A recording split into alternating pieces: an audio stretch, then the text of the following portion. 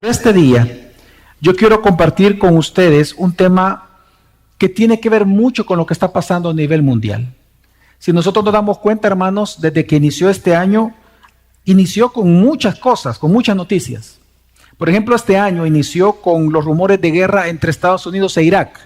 Vimos esa tensión que hubo entre las palabras de Donald Trump y de lo que sucedió cuando mataron a este comandante, a este militar de los de los iraníes. Vimos esa tensión a nivel mundial, incluso se habló de una tercera guerra mundial, es decir, que hubo un rumor de guerra, y no vamos a negar también que hay guerras en diferentes partes del mundo, ya que se están suscitando. Hemos visto también a inicio de año ya terremotos en distintos países, no solamente en nuestro continente, sino que en otros continentes. Hemos visto este mismo año en nuestro país la violencia de un órgano del Estado contra otro órgano del Estado, generando tensión y promoviendo una cultura de, si no estás de acuerdo conmigo, yo te mato o te voy a quemar. O sea, son pensamientos y culturas que se quieren establecer en el país. También vemos noticias a nivel mundial, como por ejemplo, hoy en día el coronavirus, ¿verdad? Lo que es virus, lo que es pandemias. Hablamos precisamente de este tipo de casos. Algunos recuerdan situaciones como del SARS, etcétera, que son otro tipo de coronavirus. Y si nos vamos a la historia, el temor siempre ha sido aquello que sucedió con la peste bubónica, ¿no? La peste negra, que acabó con 3/4 partes de los europeos en aquel momento, y es donde surgió la Reforma, ¿no? Dando una respuesta al dolor y a la aflicción de las personas que no sabían qué iba a pasar, cuál era el estado eterno después de la muerte, el estado eterno del alma, o el estado del alma después de la muerte. Precisamente por todo esto que está sucediendo, realmente una de las preguntas que surge en nosotros siempre es: ¿qué podemos hacer? ¿O qué tenemos que hacer? Y más aún si somos creyentes, es decir, solo por el hecho de ser ser humano, nos preguntamos qué va a suceder, qué sucede. Cuando uno viaja, por ejemplo, actualmente uno sale de aquí de migración y todos los de migración andan con sus mascarillas, ¿no? Lo hacen para proteger también al turista, porque entiendo que estas mascarillas que se usan, que son las típicas que se usan en hospitales, no evita el ingreso, sino que es de adentro hacia afuera lo que hace. Es decir, no, para yo no contaminarte me voy a poner la mascarilla. No es para que tú no me contamines a mí, que es otro tipo de mascarilla. Y cuando uno ve todo eso y de repente uno va, hace poco tuve que viajar y todos con mascarilla y tomándole la temperatura, realmente genera un tipo de preocupación en las personas. Y las preguntas que surgen realmente es: ¿qué debemos de hacer? ¿Qué hacer en estos tiempos en donde hay guerras, rumores de guerras, pestes, violencia, persecución a la iglesia en general? ¿Qué debemos de hacer? En el Sermón de los Olivos, cuando vemos a Jesús predicando, Mateo registra 5 sermones de Jesús en su evangelio. En el 5º sermón que Jesús dio, que se le conoce como el Sermón de los Olivos o del Monte de los Olivos, a Jesús los discípulos le preguntaron, al ver las situaciones que, al escuchar lo que Jesús estaba hablando de la futura destrucción de Jerusalén, los discípulos le preguntaron cuáles serían las señales de su segunda venida y del fin del siglo, del fin de los últimos tiempos, porque estamos en los últimos tiempos. Y le preguntaron sobre el fin de los últimos tiempos. Y entonces Jesús, en Mateo 24, 4 al 14, él responde lo siguiente. Respondiendo Jesús les dijo: mirad que nadie os engañe, porque vendrán muchos en mi nombre diciendo: yo soy el Cristo, y a muchos engañarán. Y oiréis de guerras y rumores de guerras. Mirad que no os turbéis, porque es necesario que todo esto acontezca, pero aún no es el fin. Porque se levantará nación contra nación, reino contra reino. Esto me hace pensar en los órganos del Estado, ¿no? Reino contra reino. Habrá pestes, es decir, enfermedades, virus, ¿no? Hambres, terremotos en diferentes lugares. Y todo esto será principio de dolores.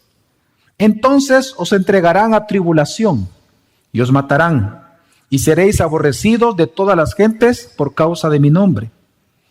Muchos tropezarán entonces y se entregarán unos a otros, y unos a otros se aborrecerán. Y muchos falsos profetas se levantarán y engañarán a muchos. Y por haberse multiplicado la maldad, el amor de muchos se enfriará. Mas el que persevere hasta el fin, éste será salvo.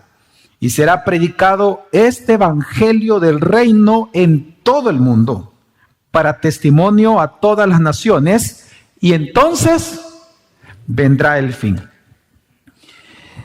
Este texto en Mateo 24 es muy claro, es uno de los textos más importantes que encontramos en la Biblia con respecto a los juicios venideros. De hecho, cuando uno lee, yo ya he predicado esto, usted puede buscar el sermón en YouTube. En Mateo 24, nosotros lo que vemos es que Jesús, comenzando a hablar aquí acerca de su venida, porque está respondiendo parcialmente la pregunta que le hicieron los discípulos, porque los discípulos hicieron dos preguntas. Jesús solo respondió una, y la segunda parte. Le preguntaron cuándo vendría y cuáles serían las señales. Él habla de las señales. Pero luego de hablar de las señales, Jesús introduce, si usted sigue adelante, el versículo 15 en adelante, usted va a ver de que él comienza a introducir a manera de ejemplo de cómo va a ser el sufrimiento cuando vengan estos terremotos, pestes, etcétera, y cuando venga el fin de los tiempos. Para él comparar el tipo de sufrimiento que va a haber, él comienza a anunciar la destrucción de Jerusalén. Y él ya comienza a hablar proféticamente de lo que en el año 70 sucedió en Jerusalén, cuando Tito Vespasiano entra y destruye toda la ciudad. Fue tal la destrucción y el clamor y el asesinato de los judíos, que al final se cree que en una sola noche murieron más de 1 millón de judíos a mano de Tito Vespasiano, que al final de toda esa destrucción, lo único que quedó del templo es lo que hoy se conoce como el muro de los lamentos. Es lo único que quedó de la destrucción de Tito Vespasiano. Por eso es que parece bien importante ese muro.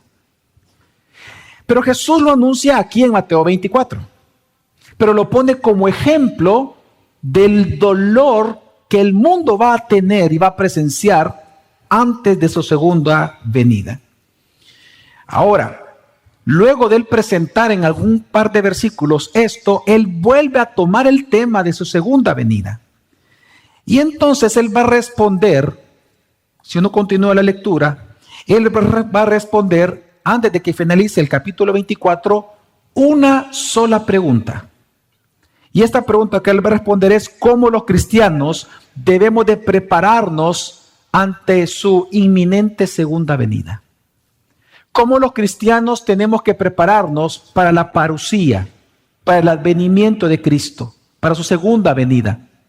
Cómo los cristianos, y vamos a ponerlo en contexto, cómo los cristianos tenemos que vivir en medio de guerras, rumores de guerras, pestes, persecución, violencia y falsos maestros, porque tiene que ir acrecentándose esto en el mundo, porque estos son principios nada más de dolores. Si nosotros entendemos y creemos lo que dice la Escritura, la pregunta es, ¿cómo tenemos que vivir los cristianos si sabemos que esto va a ir en aumento? ¿Tenemos que vivir con pánico? ¿Tenemos que vivir nosotros ignorando lo que suceda a nuestro alrededor? ¿Tenemos que irnos a las montañas para no contaminarnos? ¿Tenemos nosotros que ser centrados en nosotros mismos nada más? Es interesante que Jesús va a dar una respuesta. Y la respuesta de Jesús es impresionante porque lo hace a través de 5 parábolas. 5 parábolas desde que las habla de seguido. Solo para responder una sola pregunta. ¿Cómo el creyente debe de vivir y prepararse para su segunda venida, sabiendo que en esa espera habrá guerras, rumores de guerras, pestes alrededor de él todo el tiempo? ¿Me doy a entender, hermano, la pregunta? Entonces, él va a responder a través de 5 parábolas diciendo lo siguiente. En primer lugar, esto lo vamos a ver del capítulo 24, versículo 36, hasta al final del capítulo 25, que es el versículo 46. Y él da 5 instrucciones a la iglesia, no al mundo, a la iglesia, sobre cómo tenemos que prepararnos para su segunda venida en medio de un mundo en caos, en violencia, en temor y con enfermedades. Y él dice 5 cosas. En primer lugar, tenemos que ser conscientes de su parusía, conscientes de que él sí va a venir. Hay una segunda venida real y tenemos que esperarla y prepararnos. Número 2, tenemos que ser sensatos en que daremos cuenta de nuestro comportamiento, de nuestra conducta delante del Señor. Daremos cuenta de nuestras obras. En tercer lugar, tenemos que perseverar pensando a largo plazo como que si Él realmente falta mucho para que Él venga. En cuarto lugar, nos va a hablar de que tenemos que ser fieles a Dios por amor a Él. Y en quinto lugar, tenemos que amar a su iglesia. Así que todas estas parábolas, hermanos, está dirigido a la iglesia visible. ¿Se acuerdan ustedes que San Agustín y luego los reformadores toman de San Agustín esta frase?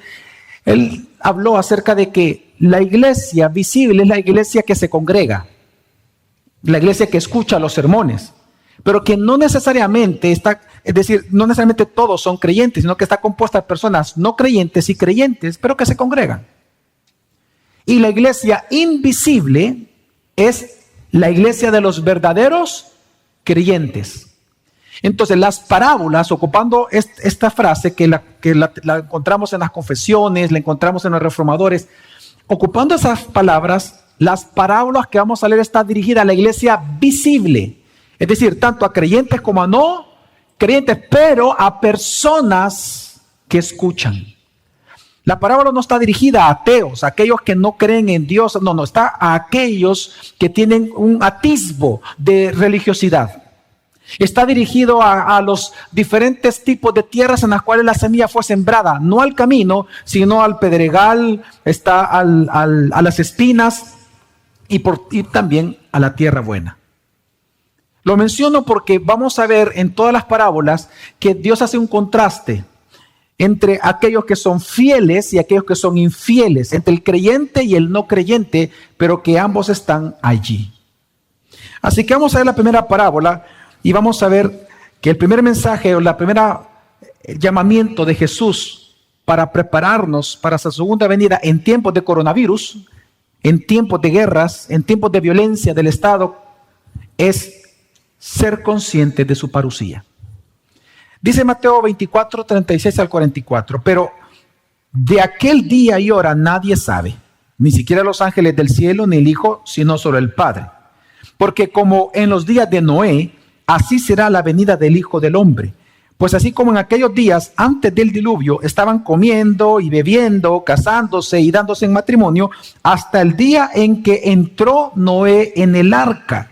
Y no comprendieron hasta que vino el diluvio y se los llevó a todos. Así será la venida del Hijo del Hombre.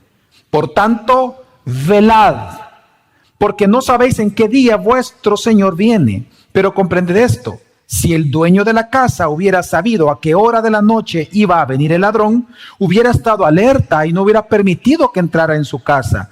Por eso, también vosotros estad preparados, porque a la hora que no pensáis, vendrá el Hijo del Hombre. Aquí comienza hablando acerca de Noé, no es una parábola, está haciendo una narrativa, y luego encontramos que viene una parábola, la parábola del ladrón, del padre y del ladrón.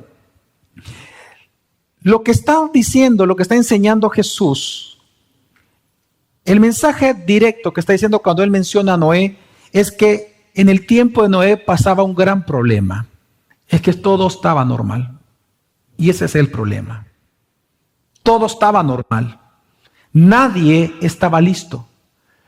Lo que está resaltando Jesús, hermanos, si usted se da cuenta, no es que ellos estaban comiendo, bebiendo, casándose. Eso no es el pecado de ellos. Obviamente no es pecado el comer y el casarse. No. El pecado que está mencionando Jesús es que mientras Noé estaba construyendo el arca, que duró, ¿cuántos años? 100 años. Por 100 años se les estuvo predicando de un juicio y ellos no creyeron en el juicio. Por eso es que dice que fue hasta que entró Noé en el arca, y por eso está mencionando eso, hasta que entró y vieron la lluvia, que entonces se dieron cuenta, comprendieron que el juicio estaba allí y que ya no había oportunidad de salvación. Lo que Jesús está resaltando es que ellos no creyeron la realidad del juicio que vendría. En otras palabras, no tomaron en serio la advertencia. Es como que si usted, al ver el coronavirus, al ver las amenazas de guerra contra Irán, al ver todo lo que está sucediendo, usted no piense, no recuerde ni considere que Jesús viene por segunda vez con sus juicios. Es como que si usted no tomara en cuenta eso. Y ese es el mandamiento de Jesús. Pero se dice, velad. ¿Qué es velad? Es una frase que vamos a encontrar en varias de las parábolas. La palabra velad es manténgase despierto. Despiértate. Mantente despierto, en vela. Es decir, preparado en que Jesús puede venir en cualquier momento. Y las señales las tenemos. Entonces, hoy nosotros cuando vemos las guerras, el coronavirus y otros tipos de enfermedades, las nuevas que van a surgir, de hecho estaba leyendo que no solamente las mutaciones es parte normal de esto, sino que también estaba leyendo que ya las personas que están sanando están recayendo otra vez en coronavirus. Entonces está apenas descubriendo si es algo que va a quedar en tu cuerpo toda la vida o es simplemente porque volvieron a tener contacto con gente enferma. No se sabe. Y esto va a continuar. Entonces la pregunta es, ¿cuál es la tentación más grande de nosotros en este tipo de tiempos? Bueno, la tentación quizá más grande es vivir para nosotros. Es solamente que tú pienses en ti mismo, en tu esposo, tu esposa, tus hijos, lo cual como mayordomía tienes que hacerlo, pero solo en ellos tenemos que pensar. ¿Realmente para eso Dios te salvó, para que tú te enfoques solamente en ti? Para eso somos nosotros miembros del cuerpo de Cristo, para que la mano solo se preocupe de la propia mano. Es que digo esto porque la tentación más grande es vivir para nosotros. Pensar solo en nuestra vida, trabajo, sexualidad, ministerio. Pero lo que nos está enseñando Jesús con esta parábola es que los acontecimientos mundiales, hermanos, nos deben de despertar a la realidad que el fin de nuestra vida no es tener más, no es tener lo más que podamos de este mundo, sino que lo que está pasando en el mundo nos tiene que abrir a la realidad o despertar a la realidad de que el fin de nuestra vida es prepararnos para nuestro encuentro con nuestro Señor Jesucristo. Porque somos vulnerables a un pequeño virus. Eso te dice lo vulnerable que somos. Una gripe te puede matar. Entonces el fin de la vida no es que tú te enfoques solamente en ti, en tratar de tener todo lo mejor del mundo para ti. No, lo que los acontecimientos mundiales nos deben de despertar es a la realidad de que el fin de nuestra vida es prepararnos para nuestro encuentro eterno con Jesucristo. Estad preparados.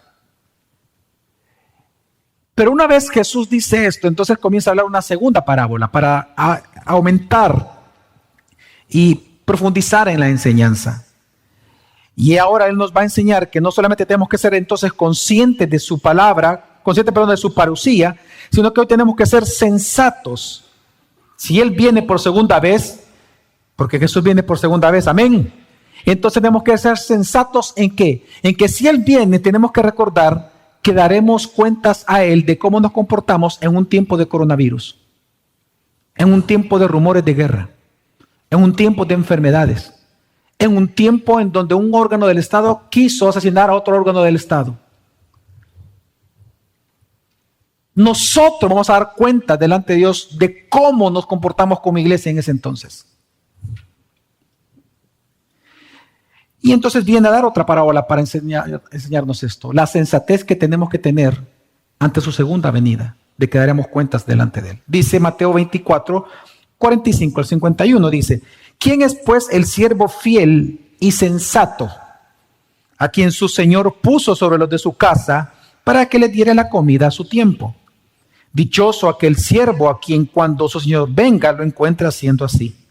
De cierto os digo que lo pondrá sobre todos sus bienes, pero si aquel siervo es malo y dice en su corazón, mi señor tardará, y empieza a golpear a sus consiervos y come y bebe con los que se emborrachan, vendrá el señor de aquel siervo el día en que no le espera y a una hora que no sabe, y lo azotará severamente y le asignará un lugar con los hipócritas. Allí será el llanto y el crujir de dientes.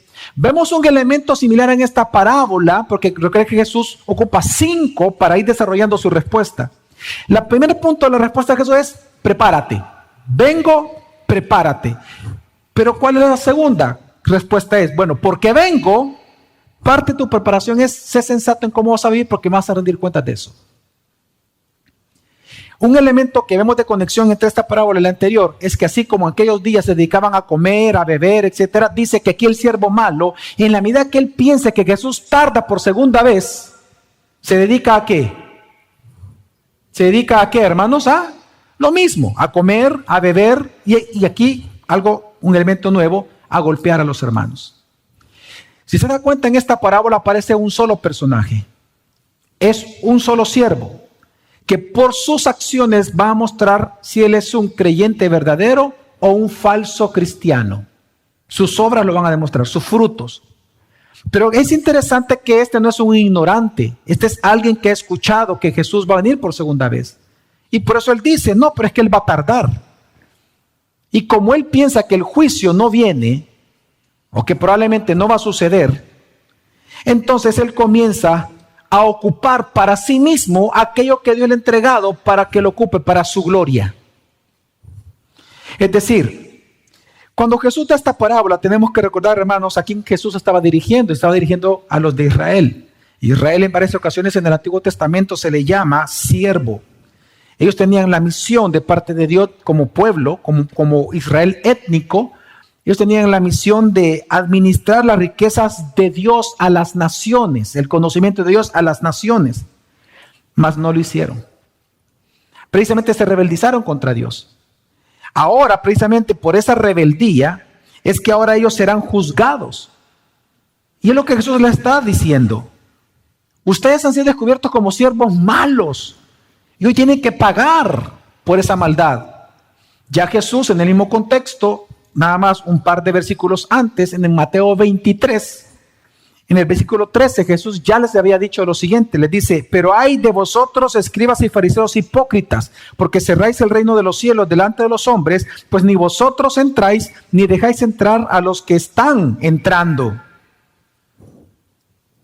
El problema con ellos es que ellos teniendo las llaves del reino, no del reino, sino las llaves en general, bueno, pues sí, del reino de los cielos, la llave, es decir, la puerta, ellos simplemente se opusieron a que entraran los que querían entrar. Está hablando de que ellos, en lugar de enseñar la escritura, lo que comenzaron a hacer es enseñar tonterías. Tergiversaron tanto los mandamientos que comenzaron a imponer cargas que ni ellos mismos podían soportar al pueblo de Dios.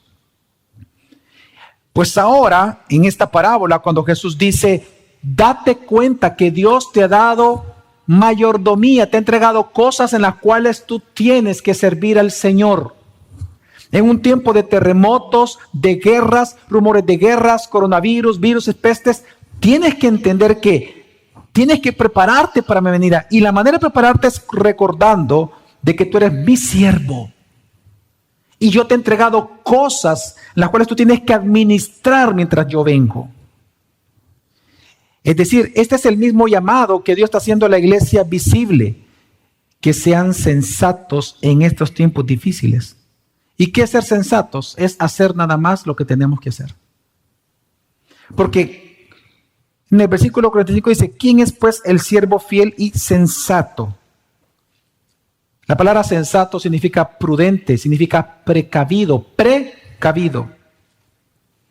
Lo que está diciendo Jesús es que si tú ya sabes que Él viene, entonces es sensato. Hay rumores de guerras, hay enfermedades. Sí, está bien. O sea, piensa en tu familia, pero entiende, hay una misión que cumplir. Tienes que hacer lo que debes de hacer. Porque todos van a enfrentar al juez Jesucristo. Tanto los creyentes como los no creyentes. Hermanos, los acontecimientos mundiales nos deben de despertar a la realidad de la necesidad específicamente que el mundo tiene de que nosotros seamos fieles en predicarles el Evangelio, porque ellos necesitan salvación. Los acontecimientos mundiales, lo que está pasando hoy en día, nos deben de despertar a nosotros como iglesia a la realidad de la necesidad que el mundo tiene de que nosotros seamos fieles en predicarles el Evangelio, porque tú y yo daremos cuenta de eso.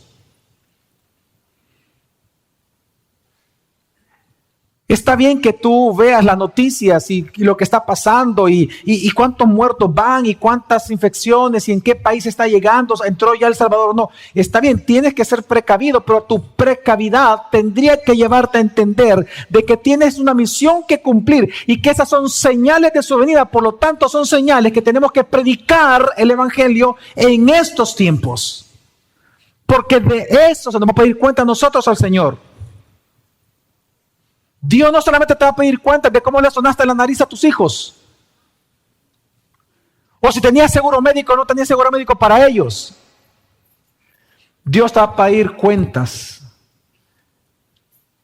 de si cuando vieron estos acontecimientos mundiales, entendiste y recordaste la misión que tú tienes de evangelizarlos a todos ellos. Porque ellos necesitan esperanza.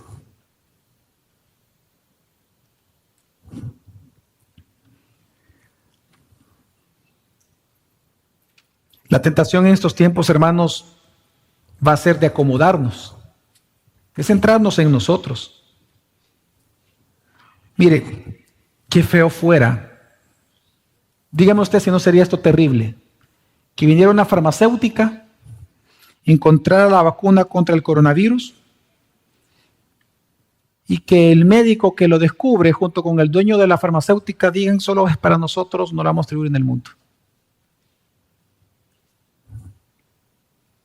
Eso sería malvado, ¿sí o no, hermanos? Hermanos, ¿sí o no? Sí, sería malvado. Que diga, no, esta vacuna solo es para mi familia, porque es muy cara producirla, solo la vamos a producir para nosotros los que sabemos. Pues si nosotros a eso le llamamos maldad, ¿cómo se le puede llamar al hecho de que tú y yo tenemos el único mensaje que salva de la enfermedad del pecado al mundo? Y tú por comodidad no lo predicas y lo callas y lo guardas solamente para ti y tu familia. ¿Cómo se llama entonces eso? Lo que nos está enseñando las cosas que están pasando en el mundo. Cada vez que tú leas una noticia de los virus, etcétera, te tiene que hacer pensar es qué yo estoy haciendo para proveer esperanza a esta gente.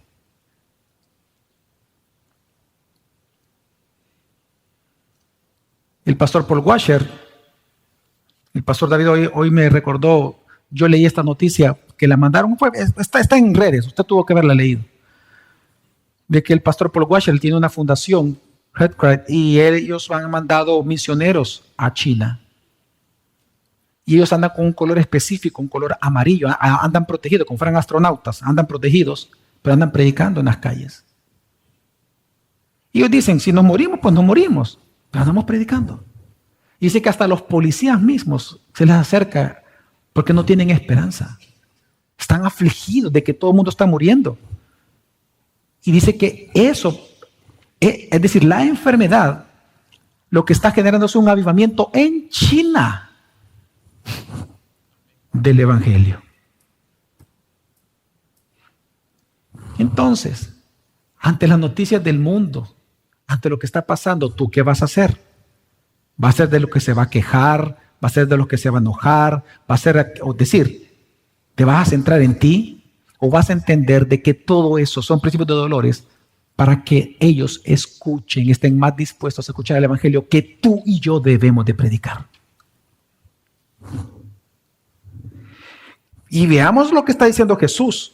El falso creyente, el siervo infiel e insensato, es el que se va a dedicar a los placeres a su propia vida, escondiendo el evangelio que una vez él escuchó. Cuando él diga, no, pero falta todavía que venga. ¿Qué hace usted? Mientras que los verdaderos creyentes tenemos la responsabilidad de predicarles el evangelio a todas las esferas sociales y vivir conforme a ese evangelio. Ahora, ¿por cuánto tiempo nosotros tenemos que hacer esto? Predicar el evangelio y vivir el evangelio. ¿Por cuánto tiempo? Bueno, en la siguiente parábola Jesús nos va a responder, es toda la vida. Toda la vida. Porque toda la vida vamos a ver y enfrentar principios de dolores. Así que toda la vida tenemos que predicar el evangelio. Vamos a ver la siguiente, en la siguiente parábola, donde nos enseña que tenemos que perseverar en el evangelio. Mateo 25, el 1 al 13 dice: entonces el reino de los cielos será semejante a 10 vírgenes que tomando sus lámparas salieron a recibir al esposo. 5 de ellas eran sensatas y 5 insensatas. Las insensatas, es decir, si usted se da cuenta, continúa con el tema de la sensatez, de la precavidad. Las insensatas, tomando sus lámparas, no tomaron consigo aceite, mas las sensatas tomaron aceite en sus vasijas juntamente con sus lámparas. Y tardándose el esposo, cabecearon todas y se durmieron.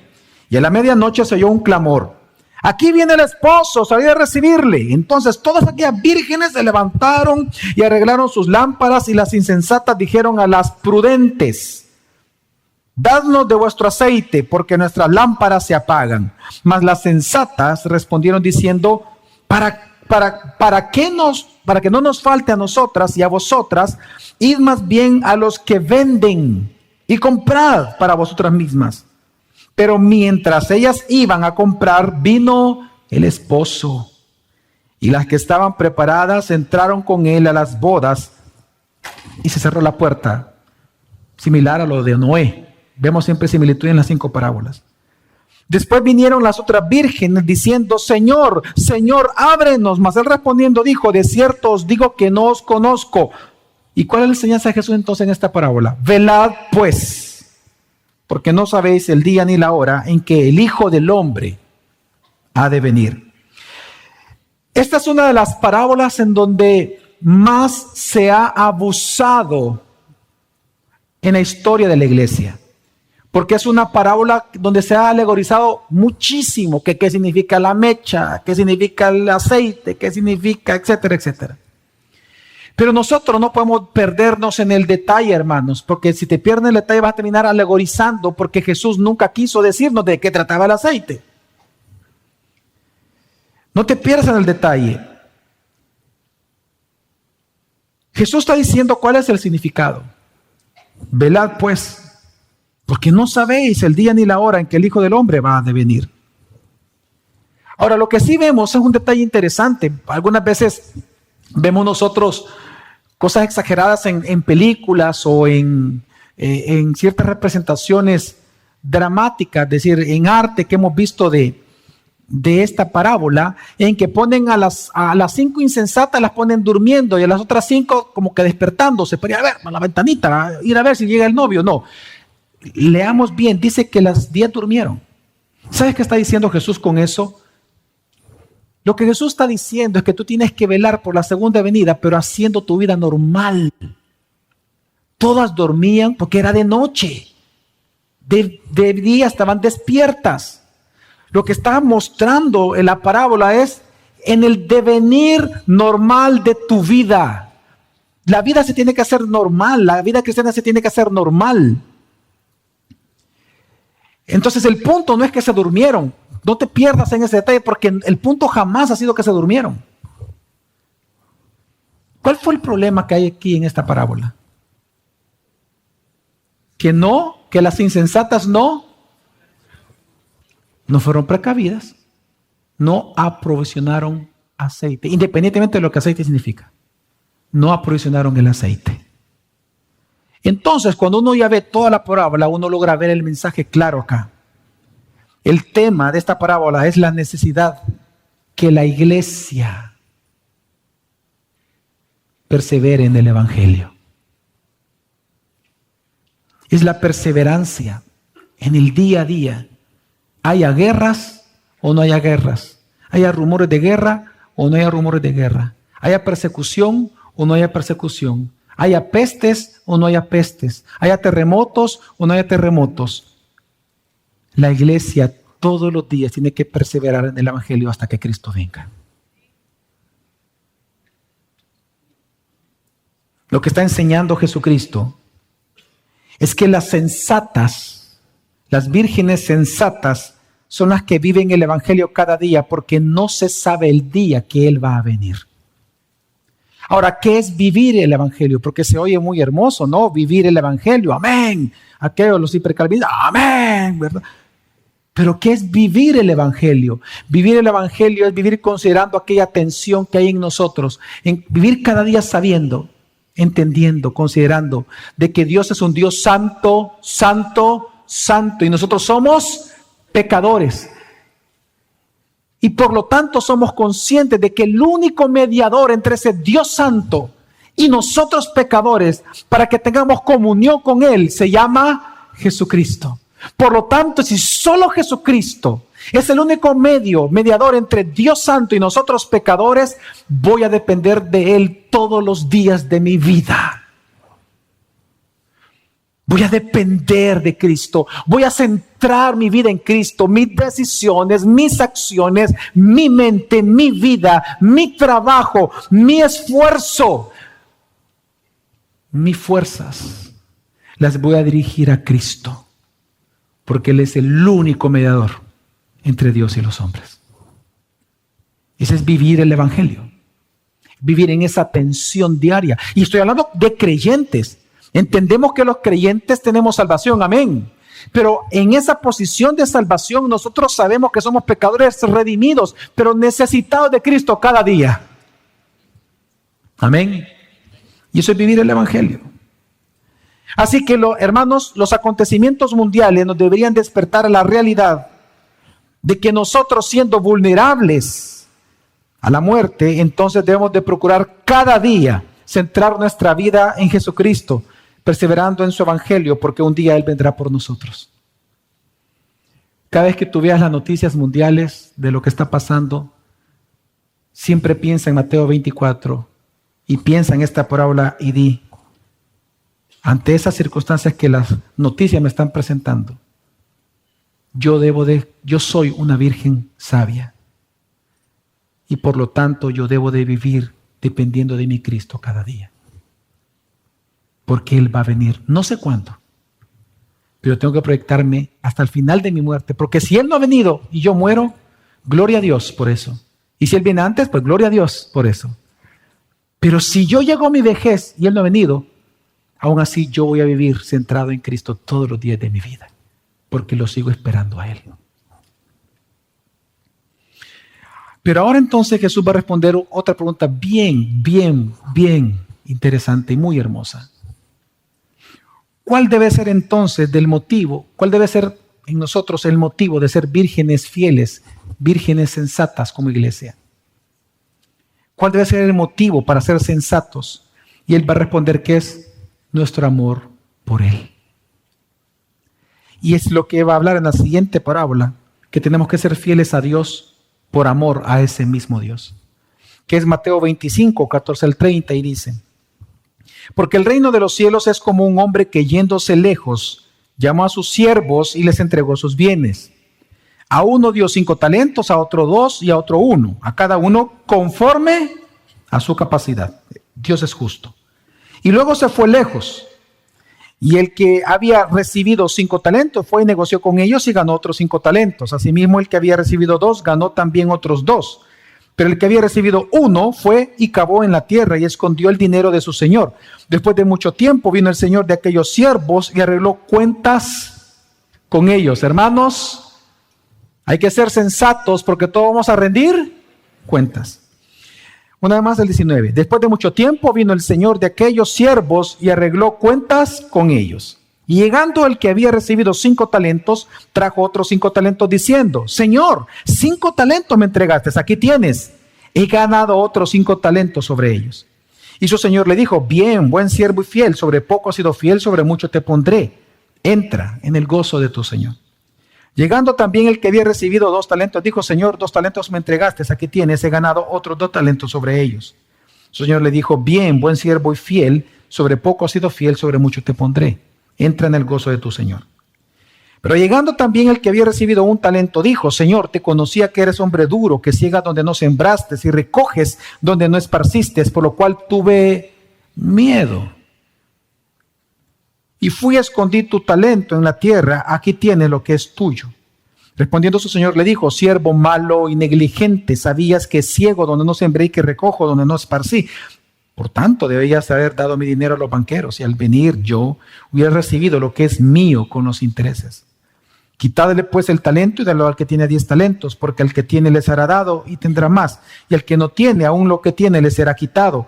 Y al siervo inútil, echadle en las tinieblas de afuera, allí será el lloro y el crujir de dientes. Si se dan cuenta, una vez más, como en las antiguas parábolas, está el siervo, el verdadero cristiano, y está el siervo malo, que es el falso cristiano, pero ambos escuchan la palabra.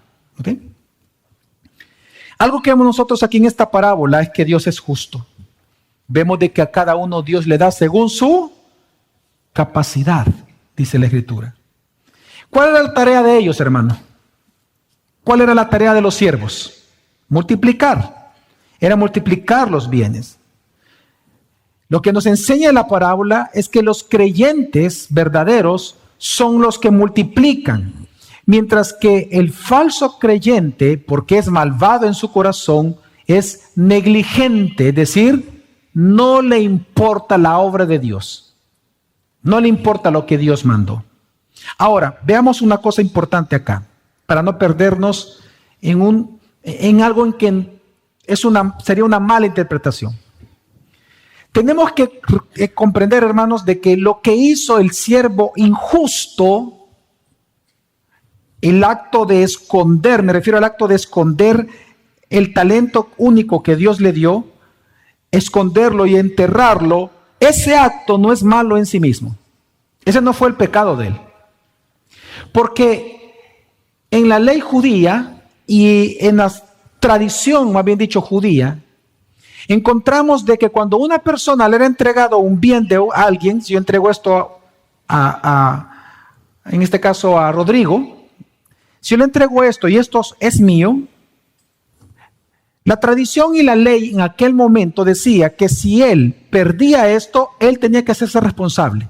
Entonces, él puede hacer 2 cosas con esto. Uno es envolverlo en un pañuelo y guardarlo y esconderlo.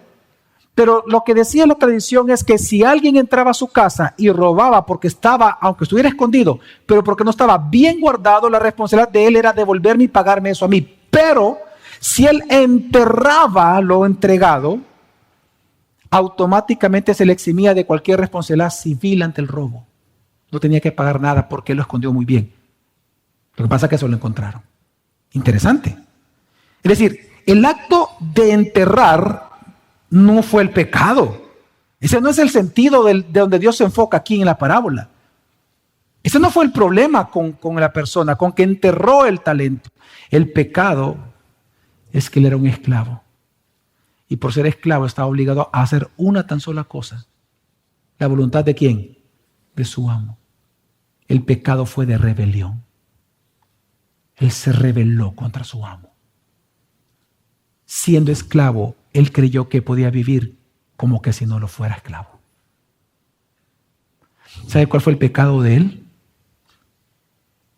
No obedecer a Dios. Pensar que él podía tomar decisiones sobre el uso de su tiempo, sobre el uso de su familia, sobre el uso de todo, cuando hay un dueño que él tenía de sí mismo.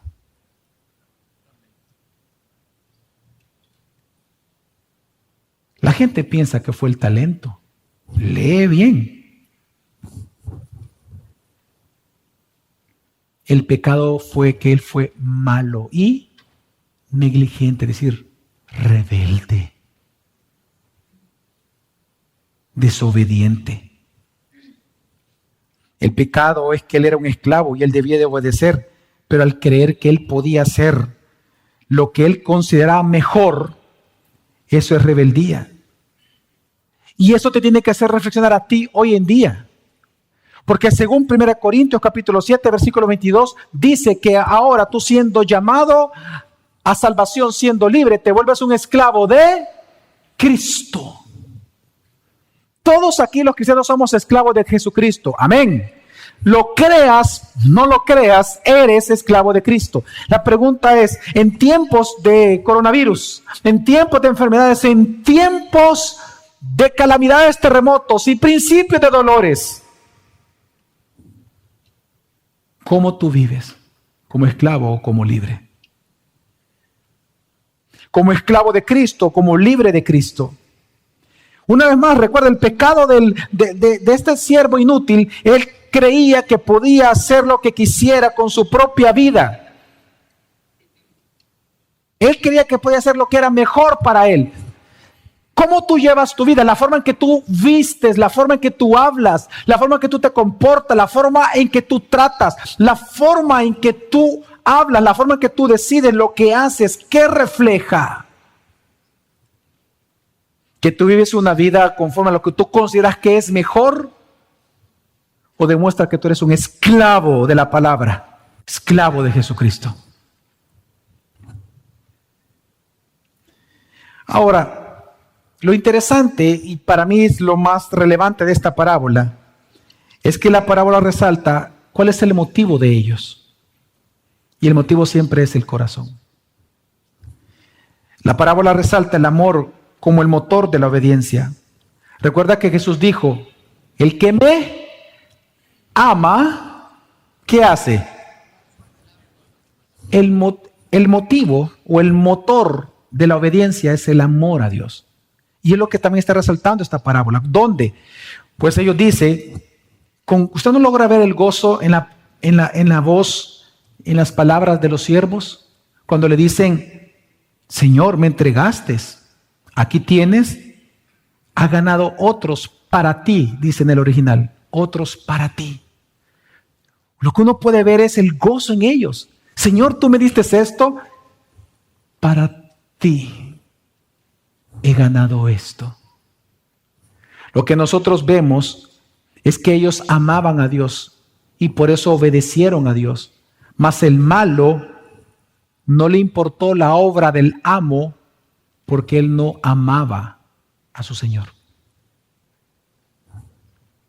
Hermanos, los acontecimientos mundiales nos deben de despertar la realidad de que Dios es quien gobierna absolutamente sobre la tierra. Amén.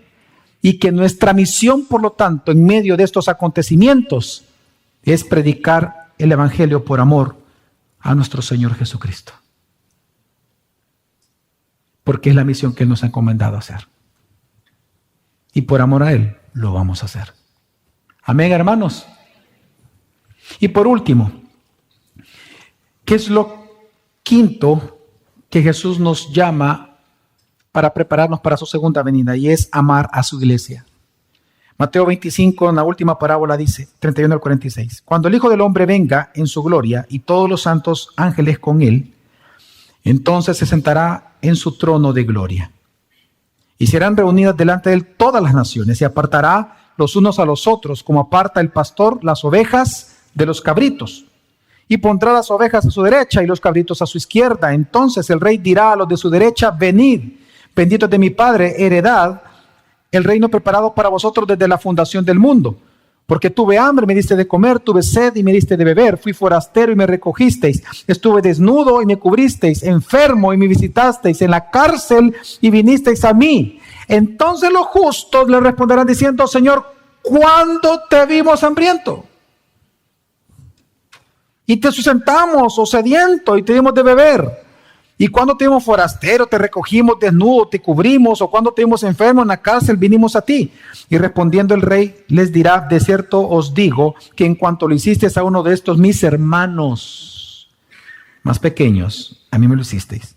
Entonces dirá también a los de la izquierda, apartados de mí, ¿cómo le llama? Malditos.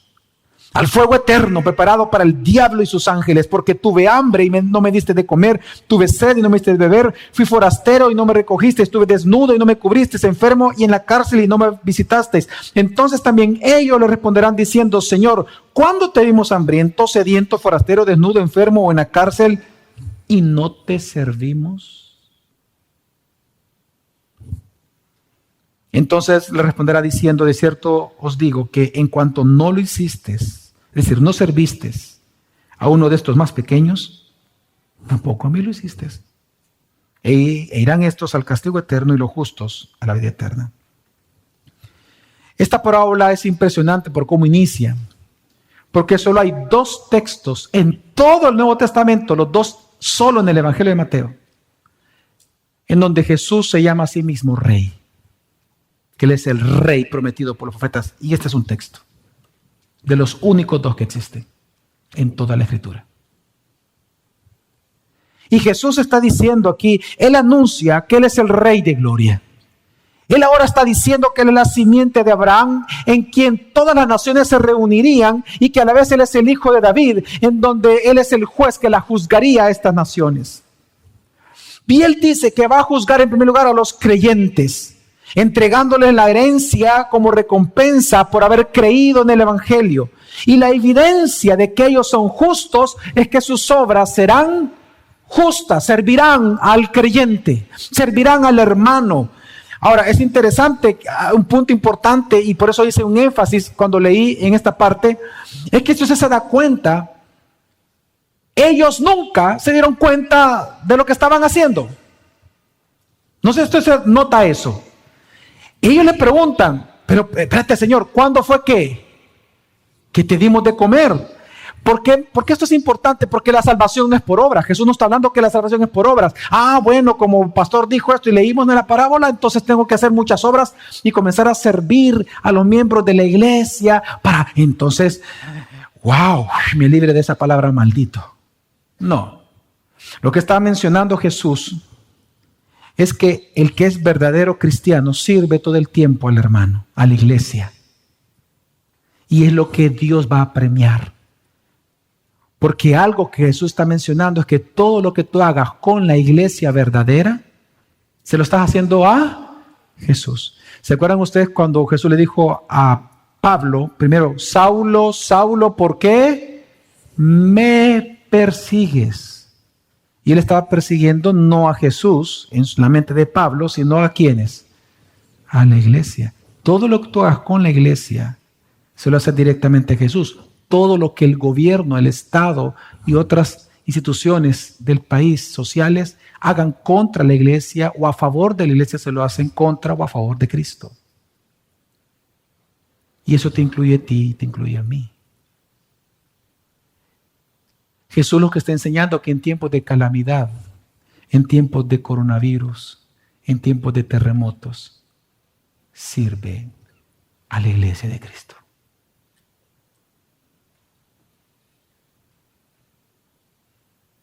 Si te envían, por ejemplo, a un departamento a predicar, a plantar una iglesia, etc., y tú por miedo a una enfermedad y todo, tú dices que no, siervo malo, negligente que eres.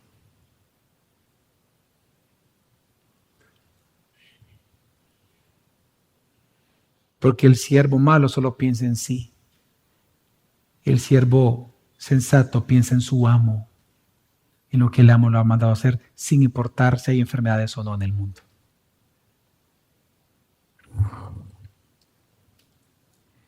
Y Él va a juzgar a los no creyentes, le dirá: apartados de mí, malditos. Qué terrible es caer en manos del Dios vivo, amén. Qué terrible. Malditos, les dice. Wow, personas que se congregaban, malditos.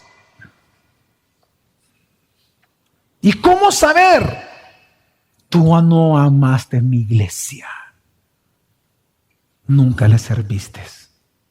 Te servías de ella, pero nunca le serviste. Así que los acontecimientos mundiales nos deberían despertar a la realidad, hermanos, de que existe la urgente necesidad de amar a la iglesia que sufre, a nuestros hermanos en necesidad. Recuerda, la salvación no es que sea por obras, pero los premios y las obras son parte de la gracia de Dios para nosotros. Así que yo hago un llamado muy claro a aquellos que están aquí y que no son creyentes, que tal vez por años has estado aquí, pero ni sirves a la iglesia, ni sirves al Señor, no tienes una vida de piedad, no buscas a Dios. Es decir, no hay muestras en ti de que eres verdadero cristiano.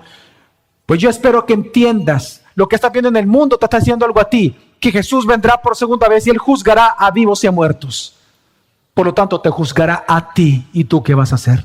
Arrepiéntete hoy mientras haya tiempo. Mira la parábola de las vírgenes. No creas que al final habrá oportunidad. Esa hora nos da oportunidad para que se arrepientan. De hecho, Dios mismo enseña en su escritura de que la razón por la cual lo que algunos tienen por tardanza, dice, la razón por la cual Dios tarda en su venida es para que más y más se conviertan a Él. Es por amor. Así que esta mañana te ruego como en el nombre de Dios, arrepiente de tus pecados y cree en la obra redentora de Jesucristo en lugar tuyo en la cruz. Porque el juez vendrá por segunda vez y te juzgará a ti. Así que en resumen, solo para concluir, quiero leer una vez más lo que dice Mateo 24, 13 al 14. Mas el que persevere hasta el fin, este será salvo. Es decir, la evidencia de que alguien es salvo es hasta el final, es que llegó y se salvó. Obviamente, no es que la salvación es por obras, no es que estamos viendo si somos salvos o no, no.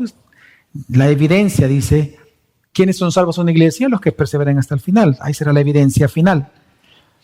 Y dice 14, y será predicado este evangelio del reino en todo el mundo, para testimonio a todas las naciones, y entonces vendrá el fin. Hermanos, hoy demos gracias a Dios en esta mañana, de su gracia en nosotros. Amén.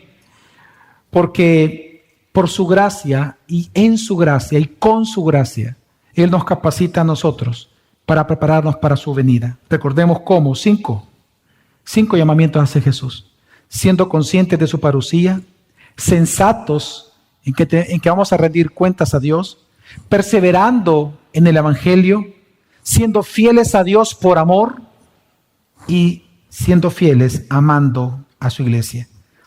Y recordemos, iglesia, gracias o gracias, que en el mundo seguiremos presenciando guerras, rumores de guerras, enfermedades, terremotos. Pero recordemos que Jesús tiene total y absoluto control sobre todo eso. Jesús gobierna el mundo. Él tiene total soberanía sobre todo el mundo. Por lo tanto, que estos acontecimientos nos mantengan despiertos en la realidad de que el mundo muere por causa del pecado, hermanos. El mundo muere por causa del pecado. Y por lo tanto, nosotros como iglesia, mientras esperamos el regreso de nuestro amado novio, prediquemos su evangelio por amor a Él a todas las naciones. Amén, hermanos. Vamos a orar.